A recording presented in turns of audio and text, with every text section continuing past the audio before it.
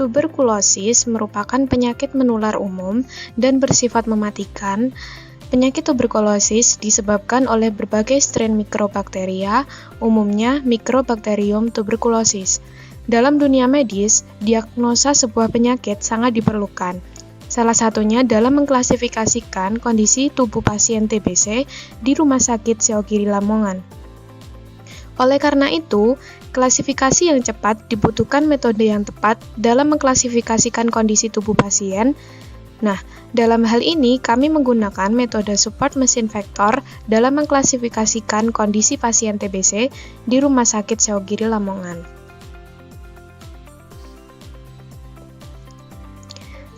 Ada beberapa faktor untuk mengetahui kondisi pasien TBC, yaitu salah satunya usia, pendidikan terakhir, status merokok, status gizi, komplikasi, serta sesak nafas. Lalu, apa itu SVM?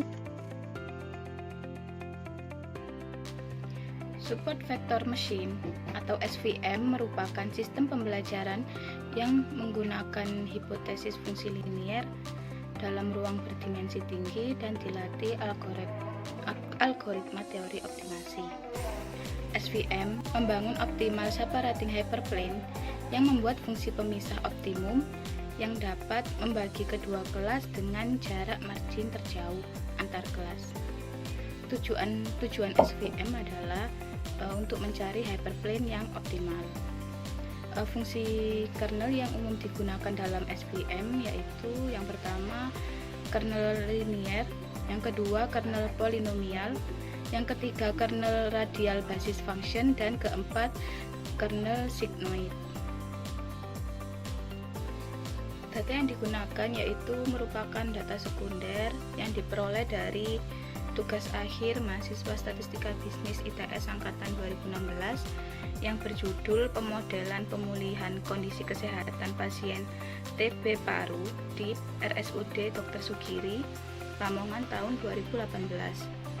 Adapun variabel-variabel yang digunakan untuk variabel responnya berupa kondisi pasien dan variabel prediktornya yaitu variabel usia, pendidikan terakhir, status merokok, status gizi, komplikasi, sesak nafas, nyeri dada, dan lama inap.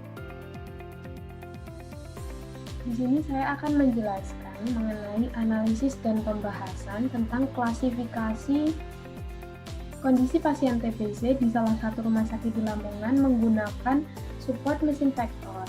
Nah, di sini kami akan membandingkan performansi antara dua kernel, yaitu kernel polinomial dan kernel radial. Langsung saja kita mulai. Pertama-tama, kita akan mengimport dataset dari data yang akan kita teliti. Ini langsung saja kita run. Nah, di sini datasetnya saya beri nama data.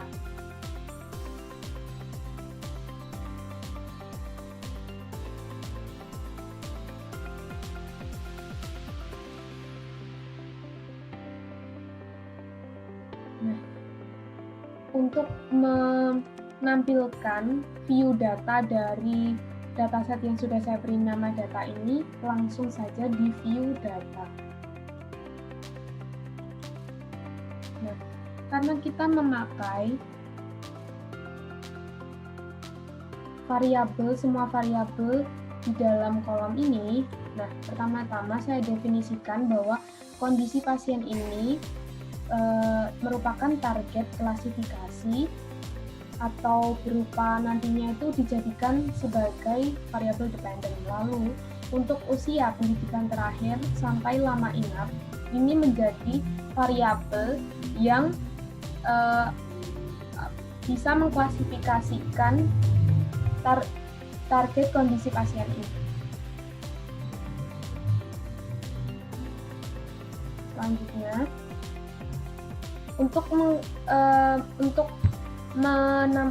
mendefinisikan bahwa semua data tersebut kita pakai, kita menggunakan data, lalu didefinisikan variabel 1 sampai 9 yang kita pakai dalam kolom dataset data tadi. Lalu selanjutnya untuk mengkonversi variabel dependent atau variabel kondisi pasien tadi sebagai variabel vektor, kita lakukan ini. Di sini didefinisikan labelnya itu ada dua, yaitu tidak pulih dan pulih. Begitu juga dengan variabel kategori, kita akan mendefinisikan bahwa variabel usia, pendidikan terakhir, status merokok, status gizi, komunikasi, dan sesak nafas ini sebagai variabel kategori.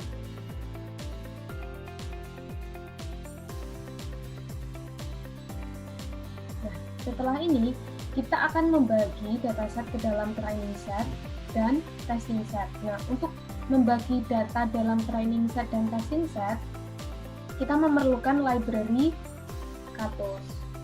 Langsung saja ini kita aktifkan library-nya. Nah, untuk merandom data pembagian data tadi, kita memerlukan sheet 1, 2, 3. Lalu kita membagi data, perbandingan data training set dan testing set di sini yaitu 80%, 20%. 80% masuk ke training set dan 20%-nya itu masuk ke testing set.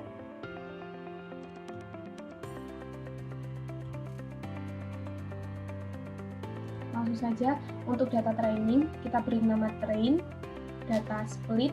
Nah, karena 80%-nya ini data training, langsung ini kita masukkan split sama dengan true karena 80%-nya milik data training. Untuk data testingnya,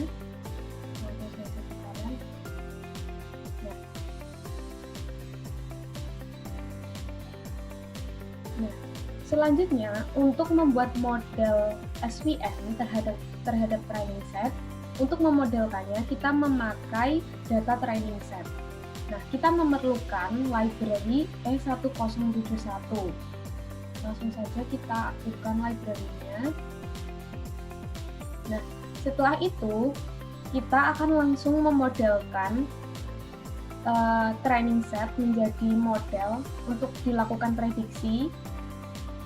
Ini didefinisikan, kita menggunakan fungsi SVM, lalu didefinisikan kondisi pasien sebagai Y, dan data yang digunakan sebagai model yaitu data training, tipe C classification, lalu untuk kernelnya yang pertama kita memakai kernel radial. Langsung saja kita run seperti ini. Nah, untuk memprediksi hasil testing set terhadap model yang sudah kita modelkan tadi, kita menggunakan fungsi predict, di mana model lalu di sini tes yang akan kita prediksi, data testing set yang akan kita prediksi.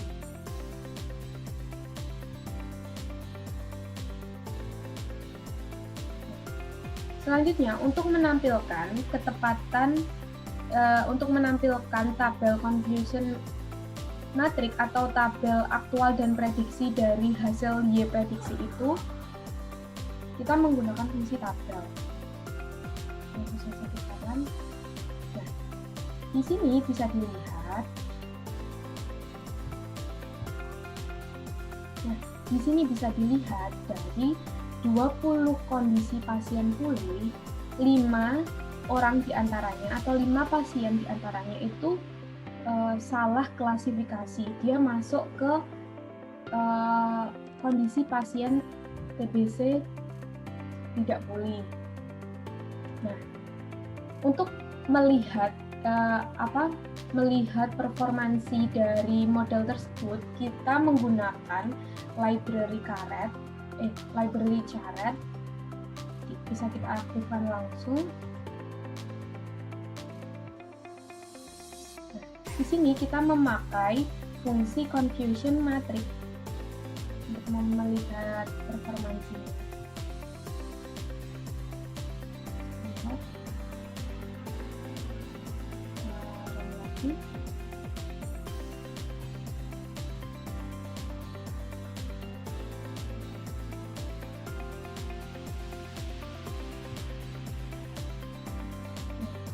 Di sini didapatkan tabel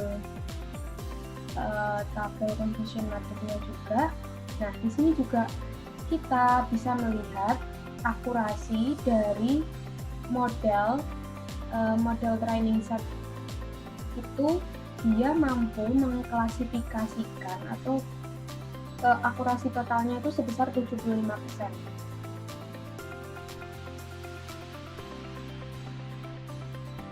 Nah, nantinya dari hasil akurasi lalu dari hasil sensitivity atau recall ini, kita nanti akan membandingkan dengan model yang dihasilkan oleh model memakai kernel polinomial. Langsung saja di sini kita akan mengubah kernelnya menjadi kernel polinomial.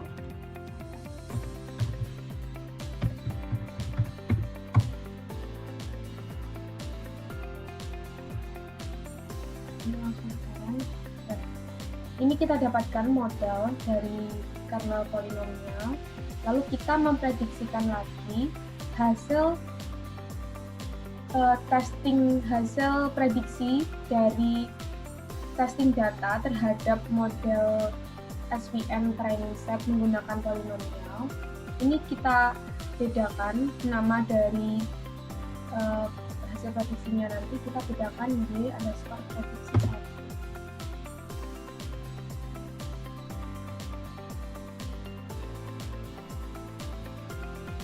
Atau untuk agar tidak bingung, ini bisa kita namai klasifikasi 1, lalu klasifikasi 1. Kita run lagi, jangan lupa.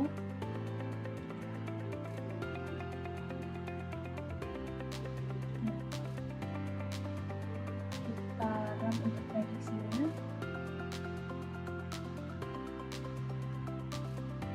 Untuk menampilkan hasil dari confusion matrixnya atau tabelnya, tabel ketepatan klasifikasi, kita bisa run.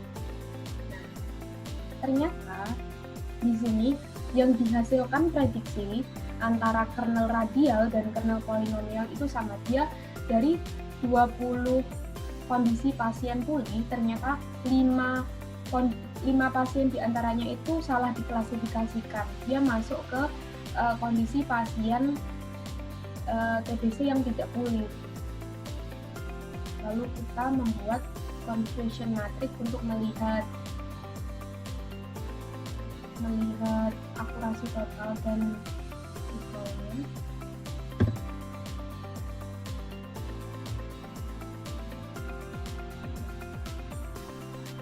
Ternyata di sini didapatkan bahwa akurasi menggunakan akurasi model menggunakan kernel radial dan kernel polinomial itu hasilnya sama, 75%. Di sini 75% dan di awalnya tadi juga 75%. Recall-nya di sini juga didapatkan. Di sini recall itu kalau hasilnya ini adalah sensitivity. Nah, sensitivity-nya itu didapatkan antara performansi menggunakan kernel radial dan kernel polinomial itu ternyata dilihat dari recall-nya itu sama, 0,0 dan 0,0. Jadi perbandingan antara menggunakan kernel radial dan kernel polinomial itu adalah hasilnya sama, yaitu memiliki akurasi sebesar 75%.